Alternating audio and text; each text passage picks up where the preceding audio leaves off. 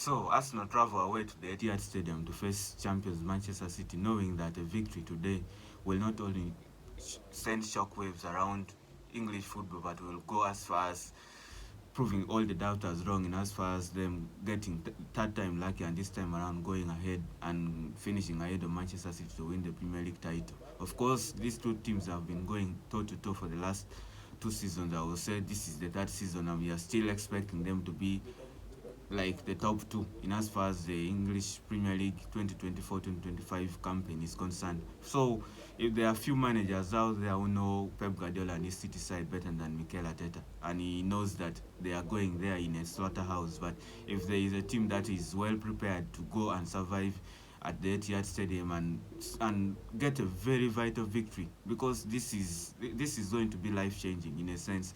This is going to change the whole of the campaign for Arsenal. If you go on and lose against Manchester City at the Etihad Stadium this early in the campaign, we are talking about just the fifth game of the season. Yeah, it's still too early because after this, the teams are still supposed to go on and play 33 games. But this can be defining, like title defining, in a way that if Arsenal go on and win this game, it's going to change the whole of the campaign. This is going to dictate the campaign because Pep Guardiola and his City side have been doing this for years now. Six Premier League titles in the last 7 seasons. It speaks for itself.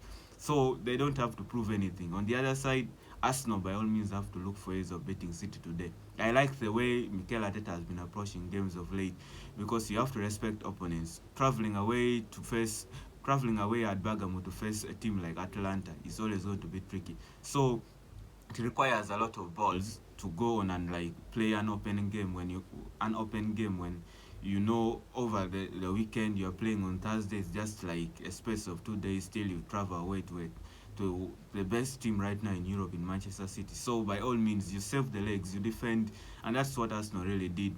The last week, the victory they got away to Spurs last weekend was actually a product of them missing some key players. You cannot go and play an open game when you're missing two of your vital, the main components of your team in Declan Rice and Martin Odegaard. Of course, still they're going to miss Martin Odegaard, but there is a lot of positives when you see that Declan Rice is going to come back because Thomas Partey and Jorginho, they are not on the same, they are not on the level of Declan Rice, and there is no much explanation on that because we are talking about someone who has been nominated for the Ballon d'Or at least. So for you to get nominated on a world stage like that, you need to earn it. And looking at the display of Declan Rice, not only in the last campaign for Arsenal but also in the Euros for England, it shows that he's a very key player for not just Arsenal. He can be a key player for any team. He can go and fit in the City team. If my memory serves me right, City wanted him before they gave up and Arsenal went and got him while he was at West Ham. So that shows to us that he's a really good player. There are few players who are picked who are noticed by Pep and he wants to sign them, and when you're one of them you just have to know that you're a really quality player. And when we talk about Declan Rice, he's one of the best defensive midfielders in Europe, or actually in world football. So Mikel Arteta will hope that this time around, because when we look back at the last clash between Arsenal and Manchester City at the Etihad last season, Rodri came out at the end of the season when City clinched the title by saying that the difference was in mentality, that Arsenal went to the Etihad with the mentality of not winning but getting a draw, and that can only inspire. And there are few managers who know how to motivate and inspire their players. Sorry, as Mikel Arteta does. So that can only inspire their players. The fact that you lost the trophy to City last campaign, and then a City player comes out and makes some statement like that the mentality was not right for a team that took City up to the last day of the Premier League to win their fourth title in a row. So that can only, by all means, has to motivate the Arsenal players. But it's not easy because there are few clubs you go into a game and you are sure of winning, and Man City is none of them because on that day they're unplayable. They can play your field. The best performance I've ever seen in European football for quite a while was their 4-0 demolition of Real Madrid in the Champions League semi-final two seasons ago. That shows us everything, the level they are at. And right now, when you want to play City, there is a saying that says when you shoot at the king, you better not miss. And Arsenal hope that today they are going to shoot at the king, and this time around their shot will be so accurate that they are going to go for a low blow. And this time around, the moment you gain that victory today against Pep Guardiola's side, it's going to go a long way as far as like dictating your season. And obviously that's the best feeling an Arsenal fan out there will hope for, because it's not going to be easy. It's never going to be easy. When you're facing Manchester City, first of all you have to be prepared that you're going to get dominated. I think Arsenal is fine with that. Looking at least the last two games, they know how to approach games where they're going to be dominated, so that doesn't change anything. But now you are not only going to defend, but also you are going to defend against quality players. Erling Haaland, 9 goals in his first 4 Premier League games. You don't need much explanation on that. Ekay Gundogan is there. There is Kevin De Bruyne is a doubt, but Arsenal fans don't want to even think about that name. You have Sabino, who has not maybe been impressive so far, but he has the potential. Jeremy Doku, one of the best 1v1 wingers in world football. So there are a lot of Bernardo Silva. Phil Foden is slowly but surely coming back to his best. There are a lot of players that Arsenal, you have to defend for more than 90 minutes. Yeah, they defended quite well against Spurs, but Spurs is Spurs. Manchester City is on another level, and the names I've just been mentioning tells you everything that you need to know. So by all means, you have to fine tune to the level that at least you defend for a minimum of 95 minutes very perfectly, because a team like Arsenal, with their quality in the team, they're always going to get chances, and they create. So it's just about you taking your chances. They will get chances, more than two actually.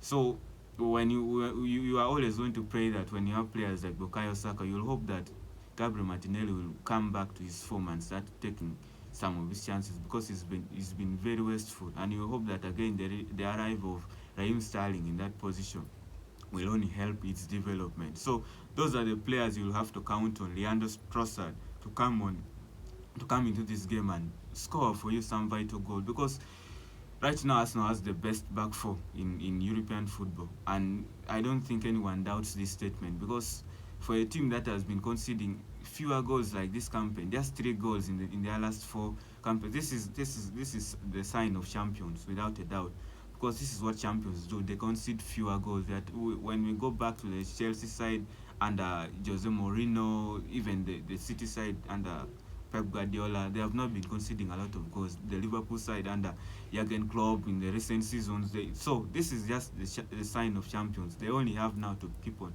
scoring more goals, because when you go into a clash as an Arsenal fan, you're sure that you are going to get a clean sheet, and that's very very good for us who watch a lot of football. And we hope that they by the way, they really deserve something, some meaningful title. We are not talking about FA Cup, we are not talking about Carabao Cup, we are talking about the Premier League, the UEFA Champions League, because I don't think someone in his right sense of mind will by all means talk any negative about Arsenal, apart from the fact that they have failed to win titles, because they are playing good football. You cannot come out and again accuse someone of being too defensive, when at least I've just explained, going away to Spurs without two of your key players in Declan Rice and Martin Odegaard, and then traveling away to Bergamo to face a team like Atlanta. Very good team, at least to say the least. And when you know that you have only 2 days after that match to fix yourself up, and you go and travel away to a slaughter ground like I've just stated, that's Etihad Stadium, to face the champions of the league in Manchester City, the same team that you want to topple and this time around finish above them. So logically, you'll understand why Mikel Arteta has been approaching games like this, and it's going to be the same way that he's going to approach this game. I don't think Arsenal can go on and play an open game against City. Make no mistake, they are a good side, but City on that day, more so at Etihad, the reason why they have gone for so long without losing at the Etihad, not more so in the league. Let's leave alone the Champions League. So that shows to you everything. So it's going to be a mouth-watering clash, and hopefully we always pray for goals, and hopefully the goals we are going to get, because when what we are sure of is City is going to attack, but what I'm 80% or let's say 90% sure of is the fact that Arsenal is going to sit deep and defend and counter, and that's one of the weaknesses of City. We saw it against Inter Milan on Wednesday night when Inter Milan decided to sit deep, and they were so structured and well grilled by their manager Simone Inzaghi. So I think Mikel Arteta will pick a leaf from that, and I think they're going to sit deep. That's the best way to do it, because going and opening up against Manchester City at Etihad Stadium, that's suicidal to me. That's suicidal. Leave alone the strength of the team. So we hope for the best. We hope for goals. We hope for entertainment, and let's hope that the best league in the world, in the best fixture right now in this campaign, or let's say the most noticeable fixture we have been watching in the last 3 seasons, will serve us some memorable excitements today. So I would like to conclude by asking for more of your support. The support I've been getting right in this journey has been really absolutely amazing, because the followers, the subscribers, they might not be many, but this is a process, this is a journey, and as always, I'll really appreciate if you continue supporting.